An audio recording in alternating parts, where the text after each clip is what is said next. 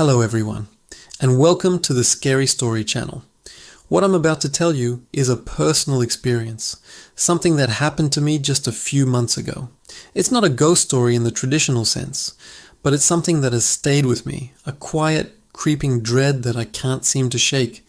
It makes me question the very nature of what we see and what might be looking back from the corners of our vision. It all started on a perfectly ordinary Tuesday evening. I live alone in a small apartment on the third floor of an old but well-maintained building. The layout is simple.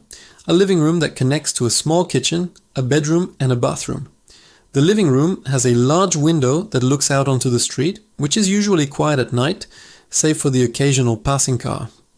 I was working late on my laptop, sitting on the sofa with my back to that window. The only light in the room came from my screen and a single floor lamp in the corner, casting long, distorted shadows across the walls. Around 11 p.m., I decided to take a break. I stood up, stretched, and walked to the kitchen to get a glass of water. As I turned back towards the living room, something caught my eye. It was a flicker of movement, a distortion in the periphery. I paused, my glass halfway to my lips, and stared into the dimly lit space. The shadows cast by the lamp and my furniture were exactly as they should be. Long, dark, and perfectly still. I shook my head, attributing it to tired eyes and too much screen time. It's easy to see things when you're exhausted, right? I went back to the sofa, set my water down, and was about to sit when I saw it again. This time, it was clearer. One of the shadows in the far corner of the room, the one created by a tall bookshelf, seemed to deepen. It wasn't just dark, it was an absolute pitch black void that seemed to absorb the dim light around it. And then it moved. It wasn't a sway, like a shadow would if the light source flickered. It was a deliberate, slow peel away from the wall. A sliver of the shadow detached itself from the main body, like ink bleeding on paper, and then it retracted, melting back into the darkness. My heart started pounding.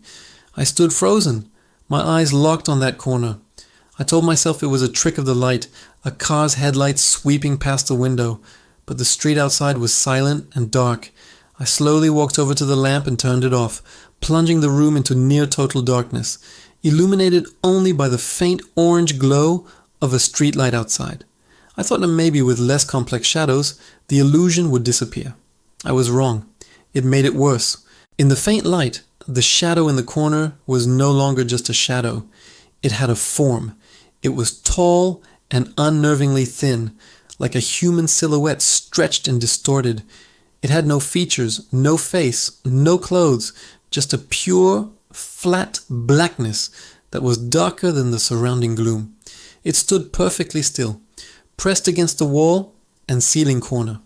I could feel a palpable coldness spreading from that part of the room, a bone-deep chill that had nothing to do with the temperature. My breath hitched in my throat. I wanted to scream, to run, but I was paralyzed by a mixture of terror and morbid curiosity.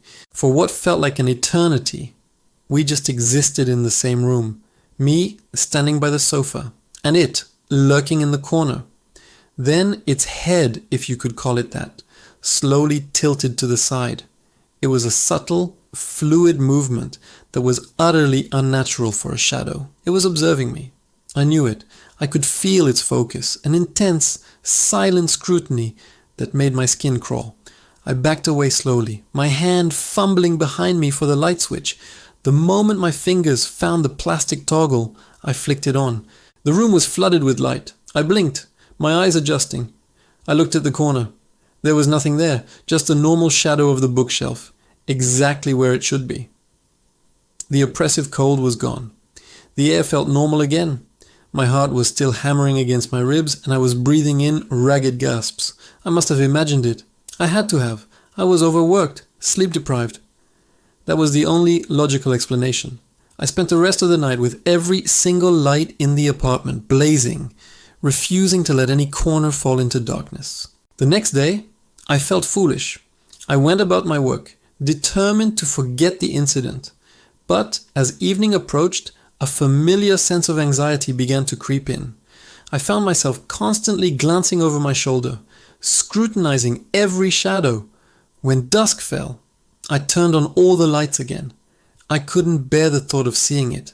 For a few nights, this became my ritual. My electricity bill was going to be astronomical, but it felt like a small price to pay for my sanity.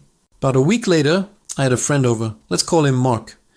We were watching a movie, and to get the full cinematic experience, Mark insisted on turning off the lights. I hesitated, but I didn't want to seem crazy, so I agreed, leaving just one small lamp on.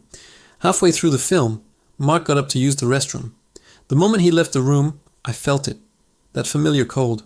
I didn't dare look, keeping my eyes glued to the TV screen, my knuckles white as I gripped the armrest. The movie's audio seemed to fade into the background, replaced by the sound of my own frantic heartbeat. I could feel its presence behind me, near the large window. I risked a quick glance at the reflection on the dark TV screen. And there it was, a tall, thin silhouette standing right behind the sofa.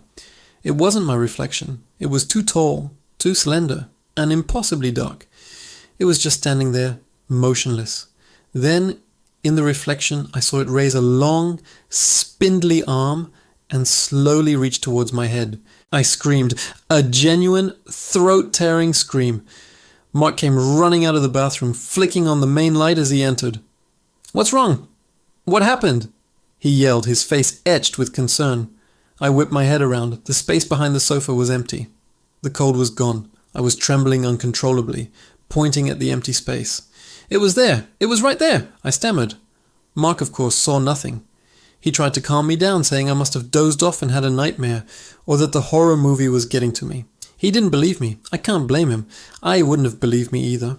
After he left, the fear was replaced by a strange kind of resolve. I couldn't live like this. I had to know what this thing was. The next night, I set up a camera on a tripod, facing the corner where I first saw it. I left the lights dim, just like that first night, and I sat on the far side of the room, watching, waiting. For hours, nothing happened. The shadow of the bookshelf remained just a shadow. I was starting to think I really had lost my mind. Then, just after 2 a.m., it happened. The shadow deepened. It started to peel away from the wall again. I watched, my heart in my mouth, as the entity slowly formed. It was more defined this time. It wasn't just a silhouette. It had a strange, almost liquid quality to its edges, constantly shifting and writhing. It detached itself completely from the wall and drifted silently into the middle of the room. It had no legs. It just floated a few inches above the floor.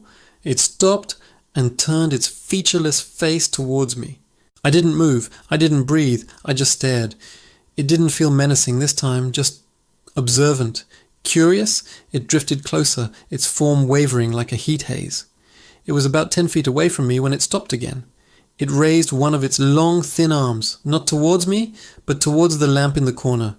It extended a finger, a long, tapering point of pure blackness, and gently touched the lampshade.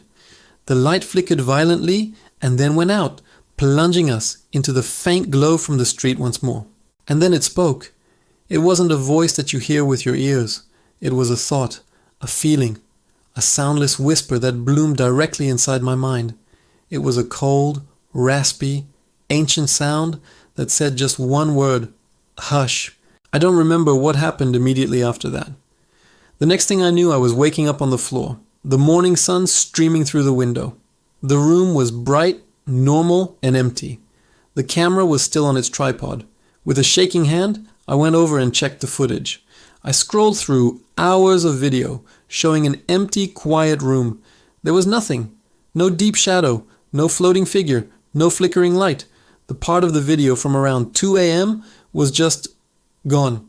The timestamp jumped from 1:58 a.m. directly to 6:30 a.m. with no sign of corruption or a glitch. It was just a clean gap.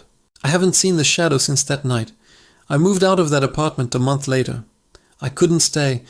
Sometimes, though, when I'm in a dimly lit room, I feel a familiar chill. I'll catch a flicker of movement in the corner of my eye, and my blood runs cold. I don't know what it was. A hallucination? A dream? Or something else? Something that lives in the spaces we don't look at, in the darkness we try to fill with light. All I know is that it saw me, and for a moment, it wanted me to know that it was there, and it told me to be quiet about it. I guess I'm not very good at listening. Thanks for tuning into Scary Story. If you have any similar experiences, share them in the comments below. Stay safe and always check your shadows. Don't forget to like and subscribe for more tales from the dark.